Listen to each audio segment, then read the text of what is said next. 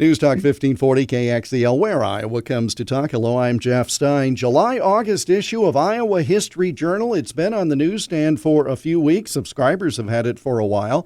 And the cover story is on the Ames Project. And to learn more about that and everything in the current issue of Iowa History Journal is the owner and publisher, Michael Swanger. He joins us via Zoom from the home office in West Des Moines. Mr. Swanger, thank you for the time, sir.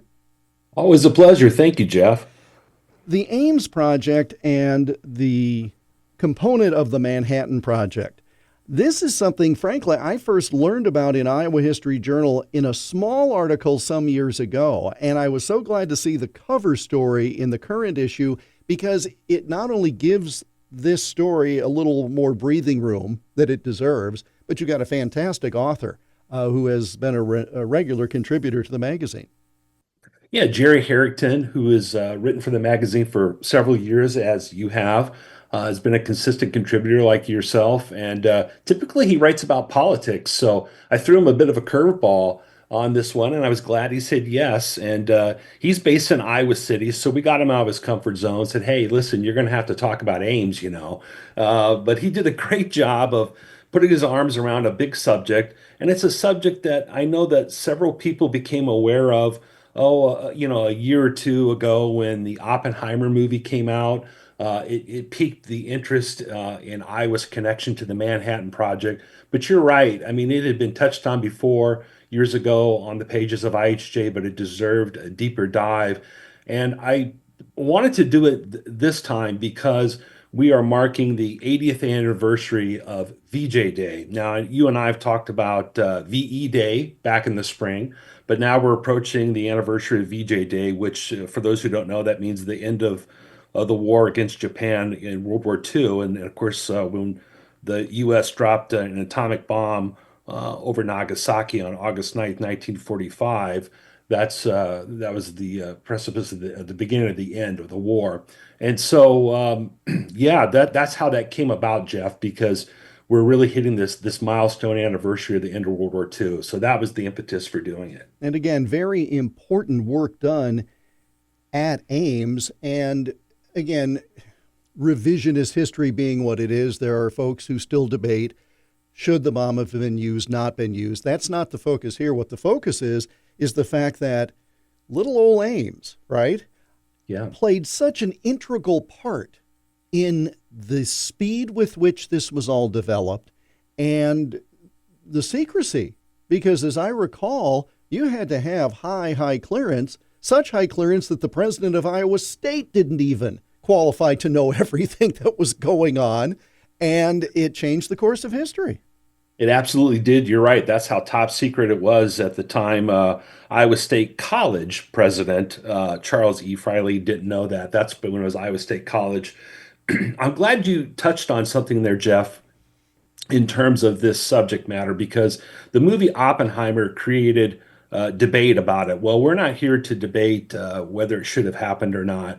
We're here to just report the facts that it did happen, and here's how Ames contributed to it. I barely got through high school biology. I didn't even attempt chemistry class, so I can't imagine the kind of intelligence it took to create 2 million pounds of purified uranium for the Manhattan Project. And that's where Ames' role came into effect. So you're not going to have an atomic bomb unless you don't have the materials to begin with. Well, when this was decided by the federal government that they were going to begin developing in that, and the idea, by the way, came from Albert Einstein when he wrote a letter to President Franklin Roosevelt in 1939 saying that, the Nazis are doing this, and it could be a threat to the world, including us, and we need to get our act together, and we need to look into it. So that's how it began. But, you needed the raw materials in order to build the bomb. And that's where Iowa State came into play, mostly because of the work that was already taking place on campus. And the big chunk of credit to this goes to a couple of Iowa State College chemistry professors, Frank Spedding and Harley Wilhelm. They're the ones who were instrumental in the creation and success of the Ames Project. And so when the work began in 1942 in Ames, they started working in the chemistry building on the top floor of the chem building. Now, I didn't go to Iowa State, but I understand there's a boulder out front that pays tribute to the building, and there's some artifacts on the inside. So students who go there today, if they stop and look off their phone, they'll notice that there's a rock that shows that, and there's other artifacts in the building that describes its history. That work began on the top floor of the Kim building. Yeah, the president, Iowa State's president, was not let in on all the details. It was so secretive that they just basically closed off the top floor. They didn't allow students or anyone. And then eventually they moved to a smaller home on campus, which became known as Little Ankeny. And so that's where the work took place. At one point, Jeff, they had guards out front carrying machine guns. It looked obvious as though, as students are walking by, oh, maybe there's something secretive taking place here. Maybe we shouldn't be so obvious in guarding it. So they kind of lightened their appearance there to guard it. But nonetheless, that's how top secret and important it was to the government and obviously the war effort. And I have to imagine that obviously you need quality scientists to do this. But you also need, if you will, a place where bad guys wouldn't look, for lack of a better phrase. And so you take talented scientists who could have traveled to do the work, but they insisted on doing it at home at Iowa State. And that also helped with the secrecy of the project because, again, it was not on the radar, literally and figuratively, of ne'er-do-wells who were trying to look at things on each coast. You're right, because there were 30 sites across the U.S. and Canada. Don't forget that. So if the enemy was trying to look in on this, they were smart to divide the work up where they did. The next step was in Chicago. But, everyone thinks, the Manhattan Project, obviously the impetus, the headquarters was in New York, of course. Our enemies were already focused on New York to begin with. But no, they would not have thought about Ames, Iowa, or Iowa State College at the time, and that was, I'm sure, that was intentional. Not only, like I said, did they have the facilities and the professors there, but yeah, I mean, we were kind of out of the way. We were hidden here in the Rust Belt. The Ames Project, Iowa State played key role in creating the atom bomb during World War II. That is the cover story in the current issue of Iowa History Journal. The author is Jerry Harrington, iowahistoryjournal.com, the website. Owner and publisher Michael Swanger discussing the current issue of the magazine with us on News Talk 1540 KXEL. That's a fascinating story. I was also intrigued by a story that Judge C.J. Williams wrote for Iowa History Journal. Now, we've talked about Judge Charles Bradley on Iowa Almanac, but in a very small way. And to get the full details in a story authored by someone who knows what it's like to wear the robe, sit on the bench, and make tough decisions, that's just an inspired combination. How did you come up with this? Well, this was wonderful because the author is Charles, otherwise known as C.J. Williams, and he is a district court judge, a U.S. district court judge who was nominated by President Trump in 2018 and confirmed by the U.S. Senate. And he's been a district judge since in Iowa. He pitched the story to me late last year. I was not familiar with him. I was not familiar with the story. I knew that you had touched on it briefly, but I didn't know much beyond that. And it's a tremendous story about Judge Charles Bradley, who was attacked and nearly lynched by an angry mob of farmers for enforcing the law in 1933. Well, what law was he enforcing? Well, as we know, during the Great Depression, farmers were hit the hardest. They were already suffering years before the Depression hit. And what was happening was that a lot of farms were being foreclosed upon, and judges had the unenviable task of following through with those orders. And so this took place in 1933. We're talking about Lamar's. We have some photos from the Lamar's Globe Post and the Lamar's semi-weekly centennial. Just to give your listeners a reference as to where this happened. But this took place in late April, April 27th, 1933, when a mob of angry farmers approached Judge Charles Bradley in Lamar's and nearly lynched him when he refused to stop signing those foreclosure orders and persuaded Governor Clyde Herring to declare martial law. in the northwest Iowa town. It became national news that we have pictures of the Iowa National Guard setting up with machine guns in the front of the courthouse. But what Judge Williams did was get all the details in between that I had not heard about, what really took place when the mob got a hold of them. And there are some graphic details in our story. It was really a terrifying experience for him, for the judge, and he goes into the depth of what happened when the mob kidnapped him, uh, put a rope around his neck, threw the other end of the rope around a tree, got him on his tippy toes. They stripped him. They threatened to castrate him. And if it wasn't for a reporter who heard what was going on and followed the mob into the woods and said, "Hey, he has a heart condition. If you if you go through with this, let alone lynch him, you're going to be tried for murder." And so that's just some of the details. I don't want to give all the away, but that's just to give you an idea of just how realistic this story is. And again, the detail was just striking. And if someone says, well, martial law, you don't have that in a state. Well, you do when you have this sort of activity and the headlines about martial law. I mean, this again is stuff that you just don't think of as happening during the Depression era in the state of Iowa.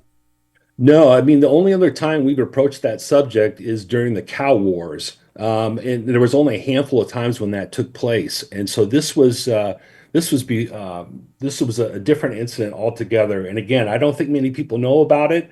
I know, 90% of this story was new to me. And I was really glad that he approached me. He did a wonderful job at just writing it. I mean, it was just it's like he just published a book about his work, or about the work of other judges throughout the state, and the history of that. And I know that this is something that he's just kind of getting into now after getting to know him a little bit. And, hopefully it's not the last story that he pitches to us or contributes, because I thought he did such a great job at this one that I'm open to other ideas that he might have. Iowa History Journal is the magazine July-August issue, and you get it wherever you get your good magazines these days. You should subscribe, however. Go to iowahistoryjournal.com. You can subscribe to the magazine 6 times a year. Shows up at your doorstep, and then you can read it, and then you can go to the store and buy the second or third copy for a friend. That's allowed, isn't Nice. it? Yeah. Yeah, that would be nice. Yeah, we appreciate that as a small family-owned business. We're up here competing with People and Rolling Stone and Better Homes and Gardens, for goodness sake. So, yeah, pick up an extra copy. We're not that pricey. Well, you go to the Barnes& and Noble, you go to the Hy-Vees. Where else can you go as an example, and where can we get the full list of outlets? Yeah, well, you can go to iowahistoryjournal.com to buy it or subscribe, or find the list of outlets. But yeah, in addition to Hy-Vee, where it's sold at every Barnes and Noble in the state, a couple across the border, we're at Books A Million. We're new to natural grocers. We're at Whole Foods, and we have more of the Mills Fleet Farm stores picking us up now too. And again, iowahistoryjournal.com. He's Michael Swanger. This is his magazine, and he shares information about the July-August issue with us on News Talk 1540 KXEL. When John Pregler says, I have an idea for a story, that's probably going to pique your interest to begin with, because Mr. Pregler is a well-known author. He focuses on baseball. That's something you have a fondness for. You didn't even need more than the subject line of the email on this one, did you? Given the No, topic. sorry. No, Jeff, you're right. When I hear the words Charles Comiskey, I'm interested immediately. Now, listen, I know the last time we spoke, we had a baseball story Uh-huh. in our last issue, and I think we were talking about the Sox then. So, if your listeners didn't know this already, full disclosure, I am a diehard Chicago White Sox fan. Yes, I know that's tough to admit the way it's been going, but listen, by the way, we have the best record since the All-Star break right now. I'll just leave it at that. But Well, I'm with that glad. I'm said, glad you admit, because somebody has to be, somebody has to and be, and especially here in Cubland. and Yes, and and Tim Harwood is right there with you. So I know. I just stand back and let the two of you go at it. That's why we're such good friends. Uh, but no, the reason that the story not only was pitched to me in a timely manner, but the White Sox are commemorating their 125th anniversary of being a Major League Baseball team this year. So there have been many Iowa connections to the Sox, but none more important than Charles A. Comiskey. Now, a lot of people know that Comiskey was the founding owner of the Sox. People remember that grand old lady of a ballpark that I miss and dearly loved, Comiskey Park. But I don't know how many people know that he was basically Dubuque's adopted son and that he got his start in professional baseball and really in business in Dubuque as well. When he moved to Dubuque, he first came to Dubuque in 1878 to work for a friend of his, a college friend, who had a franchise with the Western News Agency selling newspapers, books, and other goods to travelers on the Illinois Central Railroad in and out of Dubuque. So his move was uh, twofold. One was that was a job opportunity. The other was to play baseball for the Dubuque team. Now, uh, baseball was his focus as a player. So obviously, the other job gave him something to do during the off season. And it's funny how those two passions merged in his incredible career that we could talk for hours and hours about. But long story short, he played for Dubuque for a while. And Jeff, this is what's really interesting. See, these are the details that John has that I don't have. He played first base for Dubuque, and at that time, it was customary for the first baseman to always have a foot on the bag.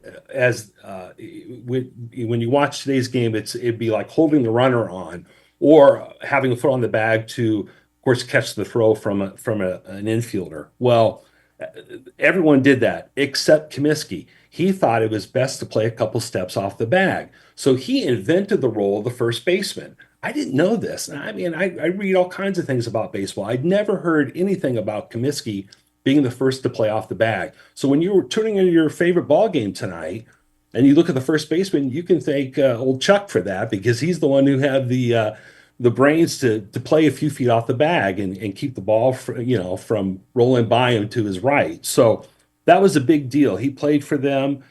He was a very popular player, and then he got into owner. Then he became a manager, and then he became an owner of some small teams. And then he formed the American League, and then later on he purchased a team that was in Council Bluffs, moved it to the south side of Chicago, and the rest of the, as they say, is history.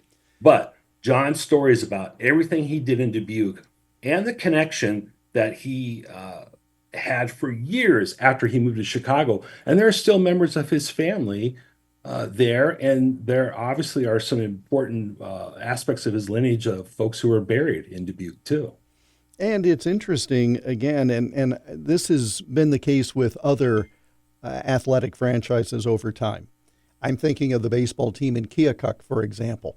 They didn't make it, and the rest of the people that they were in the league with formed the National League the very next year. And you think, what if they had held on? What would have happened to Keokuk as a Major League Baseball city like Green Bay in the NFL? Well, here's another situation. What if Mr. Comiskey said, Council Bluffs is a kind of a nice place. They've got a pretty good rail line here. We'll just keep the team here. And it just would have changed the whole course of things. But what I really love was, and you mentioned the original Comiskey Park, which I saw a couple of ball games in, as I remember as a youth, cost $1 million to build in 1910. Now, never mind how much it costs these days. $1 million in 1910 for a ballpark, that was a big risk. It was, and Comiskey was known as the Grand Palace at that time of baseball. It's where the first All-Star game was held in 1933. I remember watching the 50th anniversary of the first All-Star game in '83 when they held it there again, and it was a big risk at that time. And it was a park unlike any other. And so, yeah, I mean, $1 million at that time was big time money. The old Roman had done so well in his business. And all the things that he learned about business in Dubuque, all those skills transferred into his ownership of a Major League Baseball team, and he was able to put that park there on the south side. So yeah, it is funny when you think about how fate the hand of fate can go one direction versus the other and where teams might end up. We don't have a professional baseball team in Iowa. The fan base seems to be split between all the Midwest teams depending on where you live. I know there are a lot of Sox fans. Now in Des Moines, we're really Cubs heavy here because of the AAA franchise, and they get an unbelievable amount of media coverage. But in Eastern Iowa in particular, and this is what I learned going to UNI, or that was that there were a lot of Sox fans in UNI, Cedar Rapids, um, um, Davenport, Iowa City, and throughout the state too, but especially in Eastern Iowa. So I think this story should really appeal to readers across the state who just love the game and want to know more about the history of Dubuque, the history of baseball in Dubuque. And if they happen to be a Sox fan, great. But I think if you're a baseball fan, you'll really appreciate the details in it. What's also interesting to me is that, and this is marketing, right? Comiskey has the team and moves it to Chicago. He needs a name for the team. Well, the other team in town was known as the Cubs, but they were originally known as the White Stockings. So he bought into the branding that the other guys, his competitors in town, different league, but again, limited entertainment dollars, if you will. He just bought into the marketing that they had established, took the name, and then established it on the South Side. And you've seen that in other places where it's a throwback to an earlier name that was used by a team, usually not this close in time, as was done in Chicago. But again, that just shows the branding that he had a real keen eye for. It's very brilliant. I'm glad you brought that up, Jeff. There's a bit of history of trivia that you can impress your friends with next time you're at the bar watching the game. How many Cubs fans know that they were originally called the White Stockings? Mm-hmm. There's probably some who would really be disgusted by it. Just as I would have been as a White Sox fan if I'd have found out they were first named the Cubs. Oh my goodness, I don't know if I can accept this. So yeah, but no, but you're right. I mean, he was brilliant to latch on to that when the Cubs, when that team dropped it and changed its name. So yeah, it was smart marketing on his part. Let's close this conversation with Michael Swanger of Iowa History Journal with your publisher's perspective, and it has to do not only with sports, but more importantly with the growth of young people, and you pay tribute to a real Iowa legend. Yeah, Bernie Sagow, he was the longtime executive director of the Iowa High School Athletic Association, which is in charge of all the boys' sports. And he was the CEO of it for 30 years, well, starting in the 60s. And then really his greatest accomplishment is he said later in life, when I met him at the opening of the former Iowa Hall of Pride, was that building and that project, which is now just online, hosted by the IHSAA. Unfortunately, it's no longer a brick and mortar place to visit. It was a wonderful place, but that was his kind of grand vision, and it held on for a decade or so. But the things that he did to change the landscape of sports for boys in Iowa are still felt today. Let me just give you a couple of firsts that he did. He created the high school football playoffs in '72. He made Iowa the first state in the nation to utilize the three-point shot in basketball in 1982. And he prioritized student health with wellness and substance abuse coordinator positions in the '80s that created the nation's first wrestling weight management programs. That's just the tip of the iceberg. We know that he moved the tournaments to bigger places to draw huge crowds. So when we see all those big crowds at state baseball, wrestling, et cetera, basketball, it's because Bernie moved him to those venues that he knew would draw the most and bring the most attention to the sports. In the end, though, he was in it for the kids. And we're not talking about just the star athletes, the guys who were there to play and try to go on to play in college. He allowed wheelchair-bound athletes to compete in track. He just did an amazing amount of things for student athletes. And so his legacy casts a long shadow. And when he died earlier this spring, I was just getting ready to contemplate some column ideas, and I couldn't ignore that one. And especially the commitment to legacy, but also loyalty. And I don't want to give too much away, but the story you relate to lead the column off tells us just about everything you need to know about a guy who was 96 years of age. Yeah, he was a graduate of BV of Buena Vista University, and he couldn't help himself one last time in May, it was early May, when he decided to honor the class of 2025, his alma mater. He purchased a BVU alumni stainless steel mug for each member of the class and included a note within it, welcoming each student to the alumni family and reminding them of the importance of serving others in their alma mater. This was 7 days before his death at the age of 96. And I have a quote in there from BVU's president about how selfless and thoughtful he was to his dying days. And I think that really sums up Bernie the best. It absolutely does. All of this and more in the July-August issue of Iowa History Journal. IowaHistoryJournal.com is where you go to subscribe. You can subscribe for future issues, buy past issues, and there's also a list of all the retail outlets where you can go for your additional copies. Mr. Swanger, we'll do this again for the September-October issue. Looking forward to it. Thank you, Jeff.